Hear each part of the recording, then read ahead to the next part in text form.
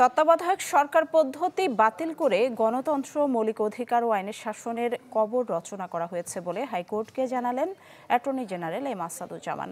দুপুরে পঞ্চদশ সংশোধনীর বৈধতা রুল শুনানিতে তিনি এই কথা বলেন। বিচারপতি ফারাহ মাহবুবের নেতৃত্বাধীন বেঞ্চকে রাষ্ট্রের প্রধান আইন কর্মকর্তা বলেন, পঞ্চদশ সংশোধনী সংবিধানের মৌলিক কাঠামোকে আঘাত করেছে। এই সংশোধনী বাতিল না হলে ৯০ ও ২৪-এর গণ-অভ্যুত্থানে যারা আত্মাহুতি দিয়েছে তাদের আত্মা শান্তি পাবে না। পঞ্চদশ সংশোধনী সরাসরি আমাদের মুক্তিযুদ্ধের চেতনার পরিপন্থী।